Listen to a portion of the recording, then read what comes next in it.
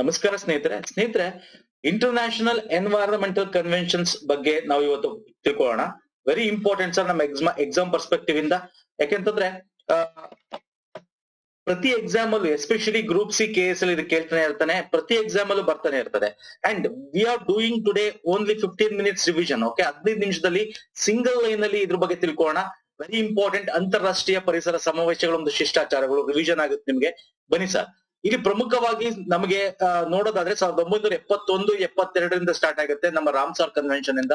Last ಅಂದ್ರೆ ಈಗಿನ current affair ತಗೊಂಡ್ರೆ 2021 ತಗೊಂಡ್ರೆ ನಾವು ನವೆಂಬರ್ ಮತ್ತೆ ಅಲ್ಲಿ ಆಗಿರ್ತಕ್ಕಂತ COP26 ತನಕ ನಡೆದಿದೆ. Okay, very important. Single line ಅಲ್ಲಿ ಆದಷ್ಟು 15 ಮಿನಿಟ್ಸ್ ಅಲ್ಲಿ ಮುಗಿಸೋಣ ಸ್ನೇಹಿತರೆ. ಅಂಡ್ ಬನ್ನಿ ಡೈರೆಕ್ಟ್ ಆಗಿ ನಾವು ಕ್ವಶನ್ ಗೆ ಬಂದ್ರೋಣ. ರಾಮ್ಸರ್ ಸಮಾವೇಶ ಇದು ಯಾವುದಕ್ಕೆ ಸಂಬಂಧಪಟ್ಟಿದ್ದು? ಇದು ವೆಟ್ ಲ್ಯಾಂಡ್ ಗೆ ಸಂಬಂಧಪಟ್ಟಿದ್ದು. ಓಕೆ, ಇಲ್ಲಿ ಇಂಗ್ಲಿಷ್ ಅಲ್ಲಿ ನೋಡ್ಕೊಳ್ಳಿ. Convention on wetlands. Wetland ಅಂದ್ರೆ ಜೌಗು ಪ್ರದೇಶಕ್ಕೆ 1971 ಇರಾನ್ ನಲ್ಲಿ ನಡೆಯುತ್ತೆ. ಇದು 1975 ಜಾರಿಗೆ ಬರುತ್ತೆ. ಓಕೆ, ಇದ್ರ ಜೊತೆಗೆ ನಮ್ಮ ಮಾಂಟ್ರೆಕ್ಸ್ ರೆಕಾರ್ಡ್ ಅಂತಿದೆ. ಮಾಂಟ್ರೆಕ್ಸ್ ರೆಕಾರ್ಡ್ ಅಂತಕ್ಕಂಥದ್ದು ಗೊತ್ತಿರ್ಬೇಕು ನಿಮ್ಗೆ. ಅದರಲ್ಲಿ ಭಾರತದ ಯಾವ ತಾಣೆಗಳು ಅದರಲ್ಲಿ ಲಿಸ್ಟ್ ಆಗಿದೆ ಎಲ್ಲ ಗೊತ್ತಿರ್ಬೇಕು. ಓಕೆ, ಇದು ನಾನು ಸಿಂಗಲ್ ಲೈನ್ ಅಲ್ಲಿ ಮಾಡ್ತಾ ಇರೋದು, ಆಸ್ ಎ ರಿವಿಷನ್ ಕ್ಲಾಸ್ ಆಗಿ ಮಾಡ್ತಾ ಇರೋದು ಸ್ನೇಹಿತರೆ. ಓಕೆ, ಯಾಕೆಂತಂದ್ರೆ ನಮ್ಮ previous group C degree level ಆಗಿರ್ಬೋದು, ಮೊನ್ನೆ ನಡೆದಿಕ್ಕಂತ KPSC civil PWD AE exam ಆಗಿರ್ಬೋದು. ಸೊ ಇಲ್ಲೆಲ್ಲ ನಮ್ಗೆ ಹೆಂಗ್ ಕೇಳಿದ್ದಾನೆ ಅಂದ್ರೆ ಆ ಕನ್ವೆನ್ಷನ್ಸ್ ಮತ್ತೆ ಅದು ಯಾವುದಕ್ಕೆ ಸಂಬಂಧಪಟ್ಟಿತ್ತು, ಮತ್ತೆ ನಾವು ಪ್ರೀವಿಯಸ್ ಇಯರ್ ಗ್ರೂಪ್ ಸಿ ನೋಡಿದಾಗ ಅದು ಯಾವ ಇಸ್ವಿಗಳಲ್ಲಿ ನಡೀತು, ಇಷ್ಟ ನಾನು ಕೇಳಿರತಕ್ಕಂಥದ್ದು ನಮ್ಮ ಕರ್ನಾಟಕದ KPSC ಎಕ್ಸಾಮ್ ಗಳಲ್ಲಿ ನೋಡೋದಾದ್ರೆ. ಹಾಗಾಗಿ ಇದು ಆ ಪರ್ಪಸ್ಗೋಸ್ಕರ ಮಾಡ್ತಾ ಇರೋ ಸ್ನೇಹಿತರೆ. ನಿಮ್ಗೆ ಡೀಟೇಲ್ ಆಗ್ಬೇಕು. ಓಕೆ, ಇನ್ನು ಅಲ್ಲಿ ನಮ್ಮ ಭಾರತದ ತಾಣಗಳೇನು, ಮತ್ತೆ ಅಲ್ಲಿ ಯಾವಾಗ ಭಾರತ ಸಿಗ್ನೇಚರಿ ಆಯ್ತು, ಯಾವ ಪ್ಲೇಸ್ ಅಲ್ಲಿ ನಡೀತು, ಯಾವಾಗಿಂದ ಜಾರಿಗೆ ಬಂತು, ಅಲ್ಲಿ ಏನೇನ್ ಡಿಸ್ಕಸ್ ಆಯ್ತು, ಇವೆಲ್ಲ ಡೀಟೇಲ್ ಆಗಿ ನಾವು ಈ 3 ಭಾಗಗಳಲ್ಲಿ ಮಾಡಿದೀವಿ. ಪಾರ್ಟ್ 1, ಪಾರ್ಟ್ 2, ಪಾರ್ಟ್ 3 ಅಂತ. ಇದ್ರ PDF ಕೂಡ ನಮ್ಮ ಟೆಲಿಗ್ರಾಮ್ ಚಾನಲ್ ಶೇರ್ ಆಗಿದೆ ಸ್ನೇಹಿತರೆ. ಅಂಡ್ ಈ 3 ಭಾಗಗಳು ಡೀಟೇಲ್ ಎಕ್ಸ್ಪ್ಲನೇಷನ್ಸ್ ಇದೆ. ಆಲ್ಮೋಸ್ಟ್ ಈ 3 ಸೇರಿ ನಿಮ್ಗೆ 1.5 ಗಂಟೆ 1.25 ಗಂಟೆ ಟೈಮ್ ಆಗ್ಬೋದು. ಸೊ ಇಲ್ಲಿ ನಾನು ಡೀಟೇಲ್ ಆಗಿ ಡಿಸ್ಕಸ್ ಮಾಡಿದ್ದೀನಿ. ಸೊ ಇದ್ರ ಎಲ್ಲ ಲಿಂಕು ಇದೇ ವಿಡಿಯೋದ ಕೆಳಗೆ ಡಿಸ್ಕ್ರಿಪ್ಷನ್ ಬಾಕ್ಸ್ ಅಲ್ಲಿ ಹಾಕಿರ್ತೇನೆ. ಪುನೀತ್ ಫೋರಂ ಅಂತ ನಮ್ಮ ಟೆಲಿಗ್ರಾಮ್ ಚಾನಲ್ ಲಿಂಕು ಇದೆ, ಅಲ್ಲೂ ಕೂಡ ತಾವು ಜಾಯ್ನ್ ಆಗ್ಬೋದು. ಅದರ ಲಿಂಕ್ ಕೂಡ ಇರುತ್ತೆ, ಅಥವಾ ನೀವು ಸರ್ಚ್ ಮಾಡಿದ್ರು ಕೂಡ ಈ ರೀತಿ ಸಿಂಬಲ್ ಇರತಕ್ಕಂಥದ್ದು ನಿಮಗೆ ಸಿಗುತ್ತೆ. ರೈಟ್. ಸೊ ಇದು ಯಾವ ಪರ್ಪಸ್ಗೆ ಮಾಡಿರೋದು ವಿಡಿಯೋ ಅಂತ ಹೇಳ್ತಾ ಇದ್ದೀನಿ. ನಾಳೆ ಗ್ರೂಪ್ ಸಿ ಕೂಡ ಎಕ್ಸಾಮ್ಸ್ ಇದೆ, ಗ್ರೂಪ್ ಸಿ ಎಕ್ಸಾಮ್ಸ್ ಕೂಡ ಇದೆ, ಬೇರೆ ಎಕ್ಸಾಮ್ಸ್ ಗಳು ಕೂಡ ಇದೆ. ಅದಕ್ಕೆ ಸಿಂಗಲ್ ಲೈನ್ ಅಲ್ಲಿ ನಮ್ಗೆ ಪ್ರೀವಿಯಸ್ ಇಯರ್ ಕನ್ಸರ್ನ್ ಮಾಡ್ಕೊಂಡು ಮತ್ತೆ ಮೊನ್ನೆ ಕೇಳಿರ್ತಕ್ಕಂಥದ್ದು ನೋಡ್ಕೊಂಡು ಆ ಸಿಂಗಲ್ ಲೈನ್ ಅಲ್ಲಿ ನಾನು ಮಾಡ್ತಾ ಇರೋದು ಸ್ನೇಹಿತರೆ. ಓಕೆ, ಸೊ ಡೀಟೇಲ್ ಬೇಕು ಅಂದ್ರೆ ದಯವಿಟ್ಟು ಆ ವಿಡಿಯೋಗಳು ನೋಡಿ. Fine sir. ನೆಕ್ಸ್ಟ್ ಬನ್ನಿ, ಸ್ಟಾಕ್ಹೋಮ್ ಸಮಾವೇಶ, ಸ್ಟಾಕ್ಹೋಮ್ ಕನ್ವೆನ್ಷನ್ ಅಂತ ಕರಿತೀವಿ.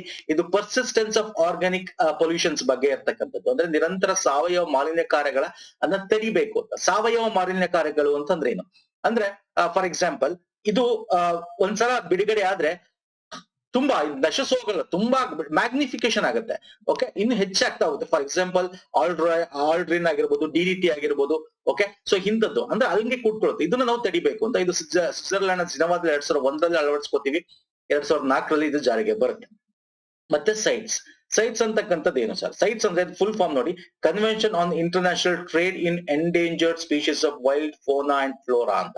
ಅಂದ್ರೆ ಅರ್ಥ ಅಳಿವಿನಂಚು. ಓಕೆ, ಅಳಿವಿನಂಚು, ಎಂಡೇಂಜರ್ಡ್ ಸ್ಪೀಶೀಸ್, ಅಳಿವಿನಂಚಲ್ಲಿರ್ತಕ್ಕಂಥ ಪ್ರಾಣಿ ಮತ್ತು ಸಸ್ಯಗಳ ಒಂದು ಅಂತಾರಾಷ್ಟ್ರೀಯ ವ್ಯಾಪಾರದ ಸಮಾವೇಶ. ಅಂದ್ರೆ ಅದನ್ನು ಮಾಡಬಾರ್ದು, ತಡೆಗಟ್ಟಬೇಕು. ಹೆಂಗ್ ತಡೆಗಟ್ಟದು ಅನ್ನೋದು ಈ ಸೈಟ್ಸ್ ಅಲ್ಲಿ ಡಿಸ್ಕಷನ್ ಆಗುತ್ತೆ. 1966 ಇದು ಅಂಗೀಕರಿಸಲಾಗುತ್ತೆ. ಓಕೆ, 75 ಇದು ಜಾರಿಗೆ ಬರುತ್ತೆ.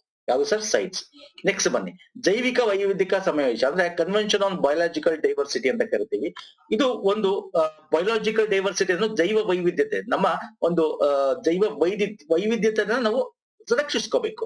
ಸೊ ಅದಕ್ಕೋಸ್ಕರ ನಡೆಯತಕ್ಕಂಥ ಒಂದು ಸಮಾವೇಶ 1992 ಅಂಗೀಕಾರ ಆಗುತ್ತೆ. ಅಂದ್ರೆ ಅವಾಗ್ಲೇ ನಡೆಯೋ ಸಮಾವೇಶ ಕೂಡ ನಮ್ಮ ಅರ್ತ್ ಸಮಿಟ್ ಜೊತೆಗೆ 1993 ಇದು ಜಾರಿಗೆ ಬರುತ್ತೆ. ನೆಕ್ಸ್ಟ್ ಬಾನ್ ಕನ್ವೆನ್ಷನ್ CMS ಅಂತ ಕೂಡ ಕರಿತೀವಿ ನಾವು. ವೆರಿ ಇಂಪಾರ್ಟೆಂಟ್ ಇದು, ಮೊನ್ನೆ ಕೂಡ ಕೇಳಿದ್ದೆ. ಇದು convention on conservation of migratory species of wild animals. ಮತ್ತೆ ಇದ್ರ ತಕ್ಕಂತೆ ನಮ್ಮ ಈಗ ರೀಸೆಂಟ್ ಆಗಿ ನಮ್ಮ ಭಾರತದಲ್ಲಿ COP13 ಕೂಡ ನಡೆಯುತ್ತೆ. ಅದು ಕೂಡ ವೆರಿ ಇಂಪಾರ್ಟೆಂಟ್, ಎಕ್ಸಾಮ್ ಅಲ್ಲಿ ಎಕ್ಸ್ಪೆಕ್ಟೆಡ್ ಕ್ವಶನ್ ಇರುತ್ತೆ. ಓಕೆ, COP13 ಅಂದ್ರೆ ಕಾನ್ಫರೆನ್ಸ್ ಆಫ್ ಪಾರ್ಟ್ ಇನ್ 13 ಕೂಡ ನಡೆದಿದೆ ನಮ್ಮ ಭಾರತದಲ್ಲಿ 2020. ಓಕೆ, ಬಾನ್ ಕನ್ವೆನ್ಷನ್ಸ್ ಅಂದ್ರೆ ಏನು ಸರ್? ಕಾಡು ಪ್ರಾಣಿಗಳ ವಲಸೆ ಪ್ರಭೇದಗಳ ಸಂರಕ್ಷಣೆ ಸಮಾವೇಶ 1979 ಅಳವಡಿಸ್ಕೋತೀವಿ ಸ್ನೇಹಿತರೆ. ಇದು 83 ಜಾರಿಗೆ ಬರುತ್ತೆ. ವೆರಿ ಇಂಪಾರ್ಟೆಂಟ್ ಇದು ಕೂಡ. ಇನ್ನು ಬಾನ್ ಕನ್ವೆನ್ಷನ್ ಬಗ್ಗೆ ಡಿಸ್ಕಸ್ ಮಾಡಬೇಕು ಅಂದಾಗ ನಮ್ಮ current affair most expected question 2020 Bharat ಈ ಒಂದು ಕಾನ್ಫರೆನ್ಸ್ ಆಫ್ ಪಾರ್ಟೀಸ್ ಅಂದ್ರೆ ಈ ಒಂದು ವಲಸೆ ಜೀವಿಗಳಿಗೋಸ್ಕರ COP13 ಅಂತ ಭಾರತದಲ್ಲಿ ನಡೆಯುತ್ತೆ, ನಮ್ಮ ಗುಜರಾತ್ ನಲ್ಲಿ ನಡೀತಕ್ಕಂಥದ್ದು. ಇದರ ಥೀಮ್ ಏನು ಅಂತ ಕೇಳ್ಬೋದು ಎಕ್ಸಾಮ್ ಅಲ್ಲಿ. ಥೀಮ್ ಏನು ಅಂತಂದ್ರೆ ವಲಸೆ ಜಾತಿಗಳು ಗ್ರಹಗಳನ್ನು ಸಂಪರ್ಕಿಸುತ್ತವೆ ಮತ್ತು ಒಟ್ಟಿಗೆ ನಾವು ಅದನ್ನು ಮನೆಗೆ ಸ್ವಾಗತಿಸುತ್ತೇವೆ. ಇಂಗ್ಲಿಷ್ ಅಲ್ಲಿ ಒಂದ್ಸಲ ನೋಡ್ಕೊಂಬಿಡಿ. Migratory species connect the planet and together we welcome them to home ಅಂತ. ಅಂದ್ರೆ ಈಗ ಬೇರೆ ಬೇರೆ ಕಡೆಯಿಂದ ನಮ್ಗೆ ನೈಜೀರಿಯಾ ಆಗಿರ್ಬೋದು, ಅಂದ್ರೆ ಈ ಕಡೆ ಸೈಬೀರಿಯಾ ಆಗಿರ್ಬೋದು, ಆ ಕಡೆಯಿಂದೆಲ್ಲ ಬರ್ತವೆ ಪಕ್ಷಿಗಳು ಬರ್ತವೆ, ಆ ಒಂದು ಇದ್ರಲ್ಲಿ ಬರುತ್ತೆ, ಇಲ್ಲಿಂದ ಬಂದು ಭಾರತಕ್ಕೆ ಬಂದು ಪುನಃ ಅಲ್ಲಿ ಸೌತ್ ಆಫ್ರಿಕಾಗೆ ಹೋಗುತ್ತೆ, ಸೊ ಹಿಂಗೆ ಆಫ್ರಿಕಾ ಖಂಡಕ್ಕೆ ಹೋಗುತ್ತೆ. ಇದನ್ನ ಸಂರಕ್ಷಣೆ ಮಾಡ್ಬೇಕು, ಅದಕ್ಕೆ ತಕ್ಕಂತೆ ನಾವು ಪರಿಸರನ ಮೇಂಟೈನ್ ಮಾಡ್ಕೋಬೇಕು. ಸೊ ಅದ್ರ ಬಗ್ಗೆ ನಡೆದಿರ್ತಕ್ಕಂಥದ್ದು. ಅಂಡ್ ಇದು ಭಾರತದಲ್ಲಿ 2020 ನಡೀತು ಸರ್, ವೆರಿ ಇಂಪಾರ್ಟೆಂಟ್. ಅದರ ಥೀಮ್ ಕೇಳ್ತಾನೆ, ಥೀಮಿಗೆ ತಿಳ್ಕೊಂಡ್ವಿ. ಅದರ ಒಂದು ಲೋಗೋ ಕೇಳ್ಬೋದು ನಿಮ್ಗೆ. ಓಕೆ, ಗಿಬಿ ಅಂತಕ್ಕಂಥ ನೆನ್ಪಿಟ್ಕೋಬೇಕಾಗತ್ತೆ, ಗ್ರೇಟ್ ಇಂಡಿಯನ್ ಬಸ್ಟರ್ಡ್ ಅಂತ. ಮತ್ತೆ ಇಲ್ಲಿ ನಾವು ಏನೇನ್ ಮಾಡಿದ್ವಿ, ಓಕೆ, ಇದು ಕರೆಂಟ್ ಅಫೇರ್ ಆಗಿರೋದ್ರಿಂದ ಸ್ವಲ್ಪ ಡೀಟೇಲ್ ಆಗಿ ಹೇಳ್ತಾ ಇದೀನಿ ಅಷ್ಟೇ. ಏನೇನು ಅಂತಂದ್ರೆ ಅಲ್ಲಿ ನಾವು 3 ಇಂಡಿಯನ್ ಸ್ಪೀಶೀಸ್ ನ ಇನ್ಕ್ಲೂಡ್ ಮಾಡ್ತೀವಿ. Asian elephant, Bengal florican, great Indian bustard ಅಂತ. ಇದನ್ನ ಪ್ರೊಟೆಕ್ಟ್ ಮಾಡಬೇಕು, ಅಶಿಸ್ ಹೋಗ್ತಾ ಇದೆ ಅಂತ ಹೇಳಿ ಇದನ್ನ ನಾವು ಇನ್ಕ್ಲೂಡ್ ಮಾಡ್ತೀವಿ. ಮತ್ತೆ ಬೇರೆ ಆಲ್ ಅರೌಂಡ್ ವರ್ಲ್ಡ್ಸ್ ಅಲ್ಲಿ ಇರತಕ್ಕಂತ ಪ್ರಮುಖವಾಗಿರ್ತಕ್ಕಂತ ಒಂದಷ್ಟು ಸ್ಪೀಶೀಸ್ ನ ಕೂಡ ಇನ್ಕ್ಲೂಡ್ ಮಾಡ್ತೀವಿ. ಮತ್ತೆ ಇದರ ಲೋಗೋ ಕೋಲಂ ಅಂತ ಕರಿತೀವಿ. ಕೋಲಂ, ಓಕೆ, ಒಂದು ಗ್ರೇಟ್ ಇಂಡಿಯನ್ ಬಸ್ಟರ್ಡ್, ಅದು ಹಕ್ಕಿ. ಓಕೆ, ಇದು ಗೊತ್ತಿರಬೇಕು ನಿಮ್ಗೆ. ಮತ್ತೆ ಇಲ್ಲಿ ಕೋಲಂ ಅಂತ ಕತ್ತಿದ್ರು ಅಂತ ನಮ್ ಸೌತ್ ಇಂಡಿಯನ್ ರಂಗೋಲಿ ಹಾಕ್ತಾರಲ್ಲ, ಆ ರೀತಿ ಇರುತ್ತೆ. ಜೊತೆಗೆ ಇದು ಏನನ್ ಹೇಳುತ್ತೆ ಅಂತಂದ್ರೆ ಸಾಂಪ್ರದಾಯಿಕ ಕಲಾ ಪ್ರಕಾರವಾದ ಅಮೂರ್, ಫಾಲ್ಕಾನ್ ಮತ್ತು ಸಾಗರಾಮೆಗಳಂತ ಭಾರತದ ಪ್ರಮುಖ ವಲಸೆ ಜಾತಿಗಳನ್ನು ಚಿತ್ರಿಸಲು ಕೂಡ ಇದನ್ನು ಬಳಸಲಾಗುತ್ತದೆ. ಓಕೆ, ಅದನ್ನು ಚಿತ್ರಿಸಲು ಕೂಡ ಇದನ್ನು ಬಳಸ್ತೇವೆ. ಇದನ್ನ ಕೋಲಂ ಅಂತ ಕರಿತೀವಿ. COP13 ಇಂಡಿಯಾದಲ್ಲಿ ನಡೆದಿರ್ತಕ್ಕಂಥದ್ದು 2020 ಫೆಬ್ರವರಿಯಲ್ಲಿ ನಡೆದಿರ್ತಕ್ಕಂಥದ್ದು, ಇದು ನೆನ್ಪಿಟ್ಕೋಬೇಕು. ಮತ್ತೆ ಅಲ್ಲಿ ಏನೇನಾಯ್ತು ಅದು ಆಮೇಲೆ ನೀವು ಡೀಟೇಲ್ ಆಗಿ ನಮ್ಮ ಒಂದು ಲಿಂಕ್ ಕೊಟ್ಟಿರ್ತಿಲ್ಲ, ಅಲ್ಲಿ ಡಿಸ್ಕಸ್ ಮಾಡ್ಕೊಳ್ಳಿ ಸ್ನೇಹಿತರೆ. ಫೈನ್. ನೆಕ್ಸ್ಟ್ ನಡೀತಕ್ಕಂಥ 2021 China. Fine. Next Vienna convention ಬರೋದಾದ್ರೆ ವಿಯೆನ್ನಾ ಸಮಾವೇಶ ಓಝೋನ್ ಪದರ ರಕ್ಷಣೆಗೆ ಇರತಕ್ಕಂತ ಒಂದು ಸಮಾವೇಶ. ಎಕ್ಸಾಮ್ ಅಲ್ಲಿ ಕೂಡ ಕೇಳಿದ್ದ ಇದನ್ನು 1985 ಅಳವಡಿಸಿಕೊಳ್ಳಲಾಯಿತು. 1998 ಜಾರಿಗೆ ಬರುತ್ತೆ. ನೆಕ್ಸ್ಟ್ ಮಾಂಟ್ರಿಯಲ್ ಪ್ರೋಟೋಕಾಲ್, ಇದು ಕೂಡ ನಮ್ಗೆ ಓಝೋನ್ ಪದರಗಳಿಗೆ ಸಂಬಂಧಪಟ್ಟಿರ್ತಕ್ಕಂಥದ್ದು. ನೋಡಿ, ಓಝೋನ್ ಪದರಗಳಿಗೆ ಸಂಬಂಧಪಟ್ಟಂತೆ ವಿಯೆನ್ನಾ ಆಗಿರ್ಬೋದು, ಮಾಂಟ್ರಿಯಲ್ ಆಗಿರ್ಬೋದು, ಮುಂದೆ ಬರುತ್ತೆ ಕಿಗಾಲಿ ಅಂತ ಬರುತ್ತೆ, ಕಿಗಾಲಿ ಸಮಾವೇಶ ಬರುತ್ತೆ. ಅದು ಕೂಡ ನಮ್ಗೆ ಓಝೋನ್ ಪದರ ಸಂರಕ್ಷಣೆಗೆ ಸಂಬಂಧಪಟ್ಟಿರ್ತಕ್ಕಂಥದ್ದು. ಓಕೆ, ಇಲ್ಲಿ ಏನಾಗುತ್ತೆ ಅಂದ್ರೆ ಈ ಪ್ರೋಟೋಕಾಲ್ 1987 ಅಳವಡಿಸಿಕೊಳ್ಳಲಾಯಿತು. 89 ಕೂಡ ಇದು ಜಾರಿಗೆ ಬರುತ್ತೆ. ಓಝೋನ್ ಪದರ ರಕ್ಷಣೆಗೆ ಇರ್ತಕ್ಕಂಥ ಸಮಾವೇಶಗಳು ಸ್ನೇಹಿತರೆ. ಫೈನ್. ನೆಕ್ಸ್ಟ್ ಕ್ಯೋಟೋ ಪ್ರೋಟೋಕಾಲ್ ಬಗ್ಗೆ ತಿಳ್ಕೊಳ್ಳೋದಾದ್ರೆ ಇದು ಗ್ರೀನ್ ಹೌಸ್ ಗ್ಯಾಸ್ ಎಮಿಷನ್, ಅಂದ್ರೆ ನಮ್ಮ ಹಸಿರುಮನೆ ಅಲ್ಲಿ ಹೊರಸೂಸುವಿಕೆನ ಕಮ್ಮಿ ಅದಕ್ಕೋಸ್ಕರ ನಡೀತಕ್ಕಂಥ ಒಂದು ಸಮಾವೇಶ. 1997 ಅಳವಡಿಸಿಕೊಳ್ಳಾಯಿತು. 2005 ಜಾರಿಗೆ ಬರುತ್ತೆ. ಕೇಳಿದನ್ನು ಕೂಡ ಕ್ಯೋಟೋ ಪ್ರೋಟೋಕಾಲ್ ಯಾವುದಕ್ಕೆ ಸಂಬಂಧಪಟ್ಟಿದ್ದು? International protocol to reduce the greenhouse gas emission ಗೋಸ್ಕರ 1997 ಅಳವಡಿಸಿಕೊಳ್ಳಲಾಗುತ್ತೆ. ಅಂದ್ರೆ ಯಾವಾಗ ನಡೀತು ಅವಾಗ. ನೆಕ್ಸ್ಟ್ ಹವಾಮಾನ ಚೌಕಟ್ಟಿನ ಬದಲಾವಣೆ ಕುರಿತು ವಿಶ್ವಸಂಸ್ಥೆಯ ಚೌಕಟ್ಟಿನ ಸಮಾವೇಶ, ಅಂದ್ರೆ ನಾವು ಇದನ್ನ UNFCC ಅಂತ ಕರಿತೀವಿ. ಅಂದ್ರೆ UNFCC ಅಂದ್ರೆ ಏನಂದ್ರೆ United nation framework convention on climate change ಅಂತ ಇಂಗ್ಲಿಷ್ ಅಲ್ಲಿ ಇಲ್ಲೇ ಇದೆ ನೋಡಿ, ಕ್ಲೈಮೇಟ್ ಚೇಂಜ್ ಅಂತ. ಅಂದ್ರೆ ಹವಾಮಾನ ಬದಲಾವಣೆ ಆಗ್ತಾ ಇದೆಯಲ್ಲ ಸರ್, ಗ್ರೀನ್ ಹೌಸ್ ಗ್ಯಾಸಸ್ ಒಂದ್ ಜೊತೆಗೆ ಹವಾಮಾನ ಏನ್ ಬದಲಾವಣೆ ಆಗ್ತದೆ ಅದನ್ನ ತಡಿಬೇಕು, ಅದನ್ನ ತಗ್ಗಿಸ್ಬೇಕು. ಇದಕ್ಕೋಸ್ಕರ ನಡೆದಿರ್ತಕ್ಕಂಥ ಒಂದು ಅಂತಾರಾಷ್ಟ್ರೀಯ ಒಪ್ಪಂದ ಆಗಿರ್ತಕ್ಕಂಥದ್ದು 1992 ಇದನ್ನ ಅಂಗೀಕಾರ ಆಗುತ್ತೆ. 94 ಇದು ಜಾರಿಗೆ ಬರುತ್ತೆ. ಫುಲ್ ನೋಡಿ, ಇವಾಗ ಏನ್ ಹೇಳ್ತಾ ಇದ್ದೀನಿ ಜಸ್ಟ್ ನಿಮ್ಗೆ ಒನ್ ಲೈನ್ ಸಿಂಗಲ್ ಲೈನ್ ಎಲ್ಲ ಮಾಡ್ತಾರೆ, ರಿವಿಷನ್ ಗೋಸ್ಕರ ಮಾಡ್ತಾರೆ ಸೀರೀಸ್ ಸ್ನೇಹಿತರೆ. ಅಗೇನ್ ಇಲ್ಲಿ ಏನಕ್ಕೆ ನಾನು ಇದು ಮಾಡ್ತಾ ಇದ್ದೆ ಅಂದ್ರೆ ಈ ಪರೀಕ್ಷೆಗಳು ಈಗ ಏನ್ ನಾನು ಸ್ಟಾರ್ಟಿಂಗ್ ಮಾತಾಡಿದೆ, ಗ್ರೂಪ್ ಸಿ ಆಗಿರ್ಬೋದು, ಬೇರೆ ಬೇರೆ ಸಣ್ಣ ಪುಟ್ಟ KS ಈಗ AE ಕೇಳಿದ್ದ, ಅದ್ರಲ್ಲಿ ಹಿಂಗೆ ಸಿಂಗಲ್ ಆಗಿ ಕೇಳಿದ್ದ. ಅಂದ್ರೆ ಕ್ಯೋಟೋ ಪ್ರೋಟೋಕಾಲ್ ಯಾವ್ದಕ್ಕೆ ಸಂಬಂಧಪಟ್ಟಿದೆ, UNFCC ಯಾವ್ದಕ್ಕೆ ಸಂಬಂಧಪಟ್ಟಿದೆ, ಹಿಂಗೆ ಕೇಳ್ತಾ ಇರ್ತಕ್ಕಂಥದ್ದು. ಮತ್ತೆ ಆ ಇಸ್ವಿ ಅಷ್ಟೇ ಅವ್ನು ಕೇಳಿರ್ತಕ್ಕಂಥದ್ದು. ಪ್ರೀವಿಯಸ್ ಇಯರ್ ಕ್ವಶನ್ ಪೇಪರ್ ತಗೊಂಡ್ರು ಕೂಡ ನಾವು ಗ್ರೂಪ್ಸ್ ಇದು ಬೇರೆ ಎಕ್ಸಾಮ್ಸ್ ಈ ತರನೇ ಕೇಳಿರೋದು. KS UPSC ಲೆವೆಲ್ ಆದ್ರೆ ನಾನು ಇನ್ನೂ ಡೀಟೇಲ್ ಆಗಿ ಬೇಕು ಅಂದ್ರೆ ನಾನು 3 ವಿಡಿಯೋಸ್ ಮಾಡಿದೀವಲ್ಲ, ಆ ಲಿಂಕ್ಸ್ ನ ದಯವಿಟ್ಟು ರೆಫರ್ ಮಾಡಿ ಸ್ನೇಹಿತರೆ. ನೆಕ್ಸ್ಟ್ ರಿಯೋ ಶೃಂಗಸಭೆ, ರಿಯೋ ಅರ್ತ್ ಸಮಿಟ್, ಭೂ ಶೃಂಗಸಭೆ ಅಂತ ಏನ್ ಕರಿತೀವಿ, that is very very important. Brazil ನ ರಿಯೋ ಡಿ ಜನರಲ್ ನಡೆದಿರ್ತಕ್ಕಂಥದ್ದು 1992. ಇದು ಪರ್ಪಸ್ ಏನು ಅಂದ್ರೆ ಪರಿಸರ ಮತ್ತು ಅಭಿವೃದ್ಧಿ ಕುರಿತ ವಿಶ್ವಸಂಸ್ಥೆಯ ಸಮ್ಮೇಳನ, ಅಂದ್ರೆ ನಮ್ಮ ಎನ್ವೈರನ್ಮೆಂಟ್ ಅಂಡ್ ಡೆವಲಪ್ಮೆಂಟ್ ಗೋಸ್ಕರ ಮಾಡಿರ್ತಕ್ಕಂಥದ್ದು. ಅಂದ್ರೆ ಇಲ್ಲಿ ನೋಡಿ, ಭೂಮಿ ಅಂದ್ರೆ ಎಲ್ಲ ಇದ್ರಲ್ಲೆಲ್ಲ ಬಂದ್ಬಿಡತ್ತೆ. ಪರಿಸರ ಸಂರಕ್ಷಣೆ ಬರುತ್ತೆ, ಭೂಮಿಯ ಬಗ್ಗೆ ಬರುತ್ತೆ, ಕಂಪ್ಲೀಟ್ ಆಲ್ ಒಂದು ಪ್ಯಾಕೇಜ್ ಅಂತ ಬರುತ್ತೆ. ಅಂದ್ರೆ ರಿಯೋ ಅರ್ತ್ ಸಮಿಟ್ ಜೊತೆ ನಾವು ಮಾತಾಡೋದಾದ್ರೆ ಇನ್ನು 2 ನಿಮ್ಗೆ ಗೊತ್ತಿರಬೇಕಾಗುತ್ತೆ, 3. ಒಂದು ಏನು ಅಂದ್ರೆ ಇದ್ರದ್ದು ಅಜೆಂಡಾ 21, ಕೇಳಬಹುದು ನಿಮ್ಗೆ ಅಜೆಂಡಾ 21 ಯಾವ್ದಕ್ಕೆ ಸಂಬಂಧಪಟ್ಟಿದ್ದು ಅಂತ. ಇದರ ಅಡಿಯಲ್ಲಿ ಬರ್ತಕ್ಕಂಥದ್ದು ನಾವು ಏನು ಒಂದಷ್ಟು ಡಿಕ್ಲರೇಟ್ ಮಾಡಿರ್ತೀವಿ, ಅದು ಅಜೆಂಡಾ 21 ಡಾಕ್ಯುಮೆಂಟ್ ಅಲ್ಲಿ ಇರುತ್ತೆ. ಇನ್ನೊಂದೇನು ಅಂದ್ರೆ Rio+10 ಅಂತ ಬರುತ್ತೆ. ಅಂದ್ರೆ ಇದರ ಒಂದು ರಿವ್ಯೂ ಮಾಡ್ತೀವಿ 2002ರಲ್ಲಿ. ಓಕೆ, ಎಲ್ಲಿ ಮಾಡ್ತೀವಿ ಅಂತಂದ್ರೆ ಜೋಹಾನ್ಸ್ಬರ್ಗ್ ಅಲ್ಲಿ ಮಾಡ್ತೀವಿ. ಎಲ್ಲಿ? ಜೋಹಾನ್ಸ್ಬರ್ಗ್, ಆಫ್ರಿಕಾ ಅಲ್ಲ, ಸೌತ್ ಆಫ್ರಿಕಾ. ನೆಕ್ಸ್ಟ್ 2012 Rio+20 ಅಂತ ಬರುತ್ತೆ. ಅದನ್ನ ಬ್ರೆಜಿಲ್ ನ ರಿಯೋ ಡಿ ಜನರಲ್ಲೇ ಮಾಡ್ತೀವಿ. ಪುನಃ ರಿವ್ಯೂ ಮಾಡ್ತೀವಿ, ಅದ್ರ ಬಗ್ಗೆ ಡಿಸ್ಕಸ್ ಮಾಡ್ತೀವಿ. ಅದೆರಡು ಕೂಡ ನಿಮಗೆ ಗೊತ್ತಿರಬೇಕು. ನೆಕ್ಸ್ಟ್ ಬನ್ನಿ ಸರ್, UNCCD. ಏನಿದೆ UNCCD? United Nation conventions to combat desertification. Desertification ಅಂತಂದ್ರೆ ಮರುಭೂಮಿ ವಿರುದ್ಧ ಹೋರಾಡತಕ್ಕಂತ ಒಂದು ಸಮಾವೇಶ. ಅಂದ್ರೆ ಮರುಭೂಮೀಕರಣ ಅಂತಂದ್ರೆ ಏನರ್ಥ? ನಮ್ಮ ಮಣ್ಣಿನ ಒಂದು ಸವೆತ ಆಗತ್ ತಡಿಬೇಕಂದ್ರೆ ಏನ್ ಮಾಡ್ಬೇಕು ಸರ್? ನಾವು ಮಣ್ಣಿನ ಸವೆತ ಆಗ್ಬೇಕು ಅಂದ್ರೆ ಪ್ರಮುಖವಾಗಿ ಏನ್ ಮಾಡ್ಬೇಕು ಅಂದ್ರೆ ಗಿಡ ಮರಗಳನ್ನ ಬೆಳೆಸ್ಬೇಕು. ಸೊ ಇದ್ರ ಬಗ್ಗೆ ಇರ್ತಕ್ಕಂಥ ಸಮಾವೇಶ. ಸಿಂಪಲ್ ಆಗಿ ಕೇಳ್ತಾನೆ UNCCD. Okay, United nation convention on combat desertification ಅಂತ ಫುಲ್ ಫಾರ್ಮ್ ಕೊಡಲ್ಲ, ಒಂದ್ಸಲ UNCCD ಅಂತಾನೆ ಹಾಕ್ಬಿಡ್ತಾನೆ. ಸೊ ಹಾಗಾಗಿ ಇದು ಯಾವ್ದಕ್ಕೆ ಸಂಬಂಧಪಟ್ಟಿದೆ ಅಂತ ತಿಳ್ಕೊಬೇಕು. 1994ರಲ್ಲಿ ಅಳವಡಿಸ್ಕೊಳ್ಳಾಗುತ್ತೆ, 96ರಲ್ಲಿ ಜಾರಿಗೆ ಬರುತ್ತೆ. ನೆಕ್ಸ್ಟ್ ಬಸೆಲ್ ಸಮಾವೇಶ ಬಂದು it is a convention on control of transboundary hazardous waste and their disposal. ಅಂದ್ರೆ ನಮ್ಮ ಒಂದು ದೇಶದಿಂದ ಮತ್ತೊಂದು ದೇಶ, ಗಡಿಯಿಂದ ಆಚೆ ಅಂತ ಏನ್ ಕರಿತೀವಿ, ಅಲ್ಲಿಗೆ ವಿಲೇವಾರಿ ಮಾಡ್ತಕ್ಕಂಥದ್ದು ಎಂತದ್ದು? ಅಪಾಯಕಾರಿ ತ್ಯಾಜ್ಯಗಳನ್ನ, ಅದನ್ನ ನಿಯಂತ್ರಣ ಮಾಡಕ್ಕೋಸ್ಕರ. ಯಾಕಂದ್ರೆ ಈಗ ಆಫ್ರಿಕಾ ತುಂಬಾ ಹಿಡಿದಿದೆ ಅಂತ ನಮ್ಗೆ ಗೊತ್ತು. ಎಲ್ಲಾ ರಾಷ್ಟ್ರಗಳು ತಮ್ಮಲ್ಲಿರ್ತಕ್ಕಂಥ ವೇಸ್ಟ್ ಗಳೇನಿತ್ತು, ಓಕೆ, ಹಜಾರ್ಡಸ್ ಅಪಾಯಕಾರಿ ತ್ಯಾಜ್ಯಗಳು, ಅದು ಮೆಡಿಕಲ್ ವೇಸ್ಟ್ ಗಳಾಗಿರ್ಬೋದು, ಬೇರೆ ಬೇರೆ ಕೆಮಿಕಲ್ ಆಗಿರ್ಬೋದು, ಇದನ್ನೆಲ್ಲ ತಗೊಂಡೋಗಿ ಅವ್ರ ಹತ್ರ ಡಂಪ್ ಮಾಡ್ಬಿಡ್ತಾ ಇದ್ವಿ. ಅವ್ರು ಅದರಿಂದ ಏನಾದ್ರು ಸಿಗುತ್ತಾ ಅಂತ ನೋಡ್ತಾ ಇತ್ತು. ಸೊ ಇದು ತಪ್ಪಿಸ್ಬೇಕು ಅಂತ ಹೇಳ್ತಕ್ಕಂಥದ್ದು 1989 ಅಳವಡಿಸ್ಕೊಳ್ಳಾಯ್ತು, 1992 ಜಾರಿಗೆ ಬರುತ್ತೆ. Next Cartagena protocol. ಇದು ಯಾವ್ದಕ್ಕೆ ಸಂಬಂಧಪಟ್ಟಿದ್ದು ಅಂತ ಕೇಳ್ತಾನೆ. Very important Cartagena protocol. ನಾವು ಬಯೋಸೇಫ್ಟಿ, ನಾವೇನೀಗ CBD ನೋಡಿದ್ವಿ, CBD ನೋಡಿದ್ವಿ, ಕನ್ವೆನ್ಷನ್ ಬಯೋಲಾಜಿಕಲ್ ಡೈವರ್ಸಿಟಿನ ರಕ್ಷಣೆ ಮಾಡಬೇಕು ಅಂತ ಹೇಳಿ. ಅದರ ಅಡಿ ನಮ್ಗೆ ಕಾರ್ಟಿಜೋನಾ ಮತ್ತೆ ನಗೋಯೋ ಪ್ರೋಟೋಕಾಲ್ ಅಂತ ಬರುತ್ತೆ. ಅದ್ ಎರಡರಡಿ ಬರ್ತಕ್ಕಂಥದ್ದು ಇದು ಕಾರ್ಟಿಜೋನಾ ಮತ್ತು ನಗೋಯ. ಮುಂದೆ ಇದೆ ನಗೋಯ ಕೂಡ. ಈ ಕಾರ್ಟಿಜನೋ ಪ್ರೋಟೋಕಾಲ್ ಏನಂತಂದ್ರೆ ಸ್ನೇಹಿತರೆ, ಜೈವಿಕ ವೈವಿಧ್ಯತೆ ಸಮಾವೇಶ ಸುರಕ್ಷತೆ ಕುರಿತು ಅಂತಾರಾಷ್ಟ್ರೀಯ ಪರಿಸರ ಪ್ರೋಟೋಕಾಲ್. ಅಂದ್ರೆ ಬಯೋಸೇಫ್ಟಿ. ಕಾರ್ಟಿಜೋನಾ ಇಷ್ಟೇ ಸರ್, ಬಯೋಟೆಕ್ನಾಲಜಿ ಮುಖಾಂತರ ನಾವೇನು ಜೆನೆಟಿಕ್ ಇಂಜಿನಿಯರಿಂಗ್ ಮಾಡ್ತೀವಿ, ಅಂದ್ರೆ ಒಂದು ಪ್ರಾಣಿ ಆಗಿರ್ಬೋದು, ಅದು ಸಸ್ಯ ಆಗಿರ್ಬೋದು ಮಾಡ್ತೀವಲ್ಲ, ಅದು ಹೆಂಗಿರ್ಬೇಕು ಅಂದ್ರೆ, ಈಗ ಯಾವ್ದಾದ್ರು ಚೇಂಜ್ ಮಾಡಿದ್ರೆ ಜೀನು, ಅದರಿಂದ ನಾವು ಇನ್ನೊಂದೇನೋ ಡೆವಲಪ್ ಮಾಡಿದ್ರೆ ಅದು ಪರಿಸರಕ್ಕೆ ಹಾನಿ ಆಗ್ಬಾರ್ದು. ಅದಕ್ಕೆ ಬಯೋಸೇಫ್ಟಿ, ಪರಿಸರಕ್ಕೆ ಹಾನಿ. ಯಾಕಂದ್ರೆ ನಿಮ್ಗೆ ಗೊತ್ತಿದೆ ಅಲ್ಲ, ಏನಾಗುತ್ತೆ, ಒಂದಷ್ಟು ನಾವೇ ಚೇಂಜ್ ಮಾಡ್ಬಿಟ್ರೆ ಅದು ಒಂದಕ್ಕೊಂದು ಕನೆಕ್ಟಿವಿಟಿ ಇರುತ್ತೆ ಅಲ್ವಾ, ಅದು ಸುಸ್ಥಿರವಾಗಲ್ಲ. ಅದು ಕನೆಕ್ಟಿವಿಟಿ ಅಂತಂದ್ರೂ ಒಂದಕ್ಕೆ ಒಂದು ಕನೆಕ್ಟಿವಿಟಿ ಇರುತ್ತೆ, ಅಂದ್ರೆ ಪರಿಸರ ವ್ಯವಸ್ಥೆ ಇರುತ್ತೆ. ಆ ಪರಿಸರ ವ್ಯವಸ್ಥೆ ಹಾಳಾಯ್ತು ಅಂದ್ರೆ ಅಲ್ಲೋಲ ಕಲ್ಲಲ್ಲ ಆಗುತ್ತೆ. ಸೊ ಹಿಂಗ ಆಗ್ಬಾರ್ದು. ಸೊ ನಾವು ಏನೇ ಮಾಡೋ ರಿಸರ್ಚ್ ಆಗ್ಲಿ ಅದನ್ನ ಪರಿಸರಕ್ಕೆ ಎಫೆಕ್ಟ್ ಆಗೋ ರೀತಿ ಮಾಡಬೇಕು. ಜೊತೆಗೆ ನಮ್ಮ ಟೆಕ್ನಾಲಜಿ ಗುಣಗಳನ್ನ ನಾವು ಬೇರೆ ರಾಷ್ಟ್ರಗಳ ಜೊತೆ ಶೇರ್ ಮಾಡ್ಕೊಳ್ಳೋದ್ರ ಬಗ್ಗೆ ಇರ್ತಕ್ಕಂಥದ್ದು ಈ ಒಂದು ಬಯೋಟೆಕ್ನಾಲಜಿ, ಜೈವಿಕ ತಂತ್ರಜ್ಞಾನ ಅಂತ ಏನ್ ಕರಿತೀವಿ, ಜೈವಿಕ ವೈವಿಧ್ಯತೆ ಮತ್ತೆ ಅದು ಸುರಕ್ಷತೆ ಬಗ್ಗೆ ಇರ್ತಕ್ಕಂಥದ್ದು 2000ರಲ್ಲಿ ಅಳವಡಿಸಿಕೊಳ್ಳಲಾಗುತ್ತೆ, 2003ರಲ್ಲಿ ಜಾರಿಗೆ ಬರುತ್ತೆ. ನೆಕ್ಸ್ಟ್ UN RED ಅಂತ ಕರಿತೀವಿ, ಅಂದ್ರೆ United Nation programme on reducing emission on deforestation and forest degradation ಅಂತ. ಅಂದ್ರೆ ರೆಡ್ ಅಂತಂದ್ರೆ ಏನು? Reducing emissions from deforestation and forest degradation. ಅಂದ್ರೆ ನಮ್ಮ ಒಂದು ಅರಣ್ಯ ನಾಶದಿಂದ ಆಗ್ತಕ್ಕಂತ ಒಂದು ಏನು ಎಮಿಷನ್ಸ್ ಆಗುತ್ತೆ, ಅಂದ್ರೆ ಅದರಿಂದ ನಮ್ಗೆ ಇನ್ನೂ ಎಫೆಕ್ಟ್ ಜಾಸ್ತಿ ಆಗುತ್ತೆ, ಅದನ್ನ ರಿಡ್ಯೂಸ್ ಮಾಡ್ಬೇಕು ಅಂತ 2008 ಅಲ್ಲಿ ಇದನ್ನ ರಚಿಸಲಾಗುತ್ತೆ. ನಗೋಯೋ ಪ್ರೋಟೋಕಾಲ್, ಈಗ ತಾನೇ ಇದ್ರ ಬಗ್ಗೆ ಮಾತಾಡಿದ್ರೆ ಅಗೇನ್ ಇದೇನು ಅಂದ್ರೆ, ಈಗ ಬಯೋಟೆಕ್ನಾಲಜಿ ನಾವೇನೇನ್ ಮಾಡಿದ್ವಿ, ಈಗ ಒಂದ್ ಕಡೆ ಎಲ್ಲಾರು ಒಂದ್ ಕಡೆ ನಾವ್ ಏನೋ ಒಂದ್ ಮಾಡ್ತೀವಿ ಅಂತ ಇಟ್ಕೊಳ್ಳಿ, ಅದನ್ನ ನಾವು ಬೇರೆ ಕಡೆ ಕಳಿಸ್ತೀವಿ ಅಂತ ಇಟ್ಕೊಳ್ಳಿ, ಅದರಿಂದ ಏನೋ ಲಾಭ ಬರುತ್ತೆ, ನಮ್ಗೆ ಪ್ರಾಫಿಟ್ ಬರುತ್ತೆ ಅಂತ ಇಟ್ಕೊಳ್ಳಿ ಅಲ್ವಾ.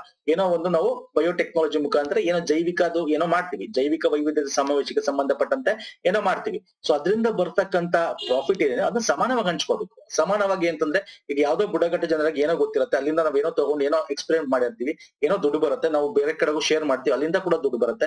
ಅದನ್ನು ಕೂಡ ನಾವು ಈ ಕಾಡುಗಳು ಬೆಳೆಸೋಕೆ, ಆ ಬುಡಕಟ್ಟು ಜನಾಂಗ ಆಗಿರ್ಬೋದು, ಆ ಒಂದು ಪರಿಸರ ಆಗಿರ್ಬೋದು, ಆ ಒಂದು ಪ್ರಾಣಿ ಪಕ್ಷಿಗಳ ಒಂದು ಉದ್ಧಾರಕ್ಕೆ, ಸೊ ಹಿಂಗೆ ಎಲ್ಲದಕ್ಕೂ ಕೂಡ ನಾವು ಅದನ್ನ ಸಮಾನವಾಗಿ ಬಳಸ್ಕೋಬೇಕಾಗತ್ತೆ. ಸೊ ಅದ್ರ ಬಗ್ಗೆ ಇರ್ತಕ್ಕಂಥದ್ದು ನಗೋಯೋ ಪ್ರೋಟೋಕಾಲ್ 2010ರಲ್ಲಿ ಅಳವಡಿಸಿಕೊಳ್ಳಲಾಗುತ್ತೆ, 2014ರಲ್ಲಿ ಜಾರಿಗೆ ಬರುತ್ತೆ. ಓಕೆ, ನೆಕ್ಸ್ಟ್ ಬನ್ನಿ ನೈರೋಬಿ ಡಿಕ್ಲರೇಷನ್.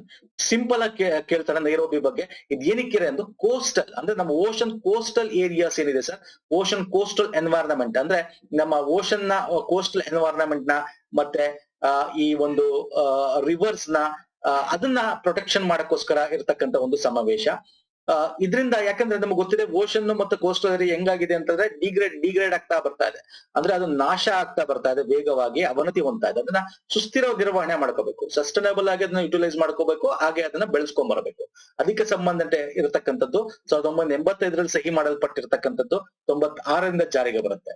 ಓಕೆ, ಇದು ನೈರೋಬಿ ಡಿಕ್ಲರೇಷನ್. ನೆಕ್ಸ್ಟ್ ಪ್ಯಾರಿಸ್ ಬಗ್ಗೆ ನಿಮ್ಗೆ ಗೊತ್ತೇ ಇದೆ, 2015 ಪ್ಯಾರಿಸ್ ಅಗ್ರಿಮೆಂಟ್. ಇದೇನಕ್ಕೆ ಇರತಕ್ಕಂಥದ್ದು ಹವಾಮಾನ ಬದಲಾವಣೆಯನ್ನು ಕಡಿಮೆ ಮಾಡುವ ಜಾಗತಿಕ ಒಪ್ಪಂದವಾಗಿದೆ. ಓಕೆ, ಹವಾಮಾನ ಬದಲಾವಣೆನ ಕಡಿಮೆ ಮಾಡ್ಬೇಕು ಅಂತ 2016ರಲ್ಲಿ ಇದು ಜಾರಿಗೆ ಬಂದ ನಂತರ ಬೇರೆ ಬೇರೆ ರಾಷ್ಟ್ರಗಳು ಕೂಡ ಸೈನ್ ಹಾಕ್ತವೆ.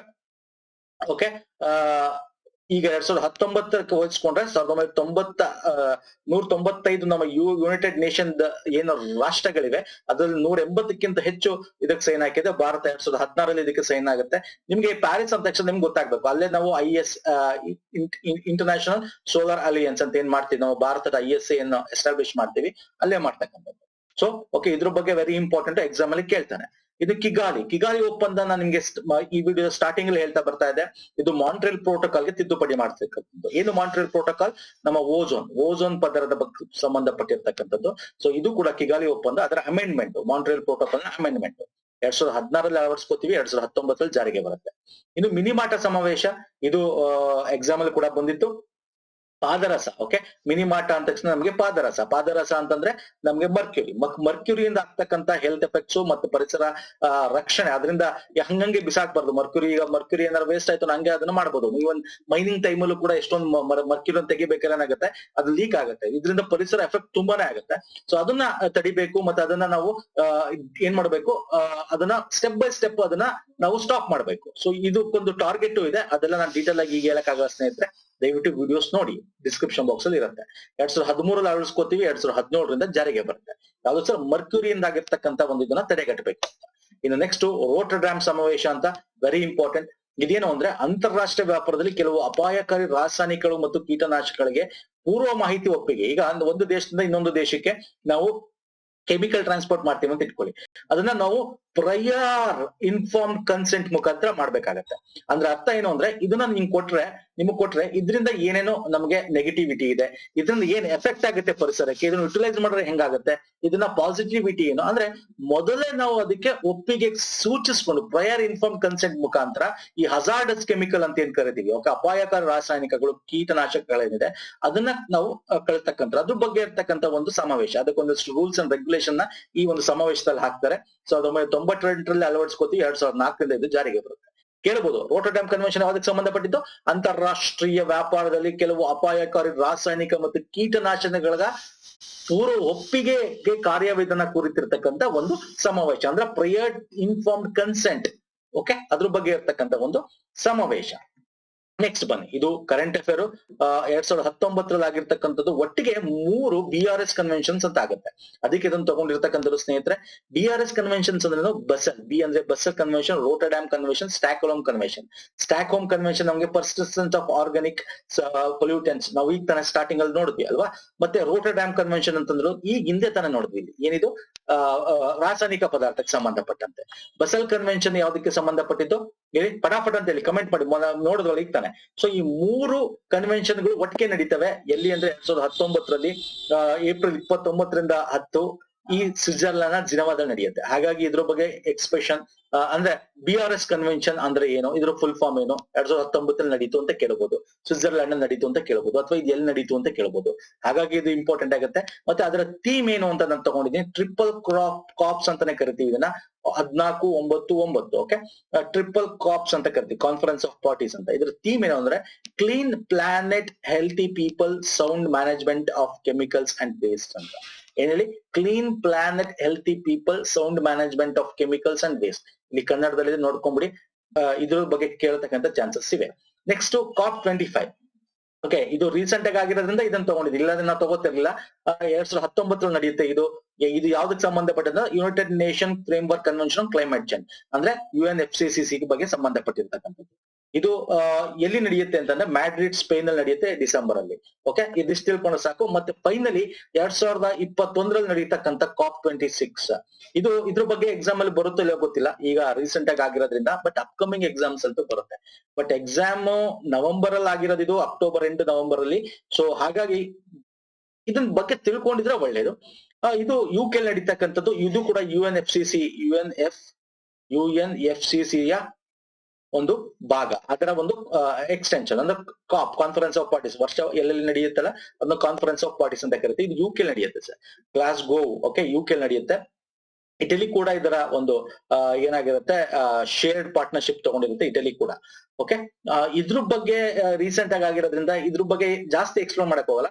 ಮುಖ್ಯವಾಗಿ ಇಲ್ಲಿ ಏನ್ ಮಾತಾಡ್ತಾರೆ ಅಂದ್ರೆ ಮೀಥೇನ್ ಬಗ್ಗೆ ಮಾತಾಡ್ತಾರೆ. Methane is also one of the big 3 gases. ನಮ್ಮ ಬಿಗ್ 3 ಗ್ಯಾಸಸ್ ಅಂತ ಏನ್ ಕರಿತೀವಿ ಅಂದ್ರೆ ಕಾರ್ಬನ್ ಡೈಆಕ್ಸೈಡ್, ಮೀಥೇನ್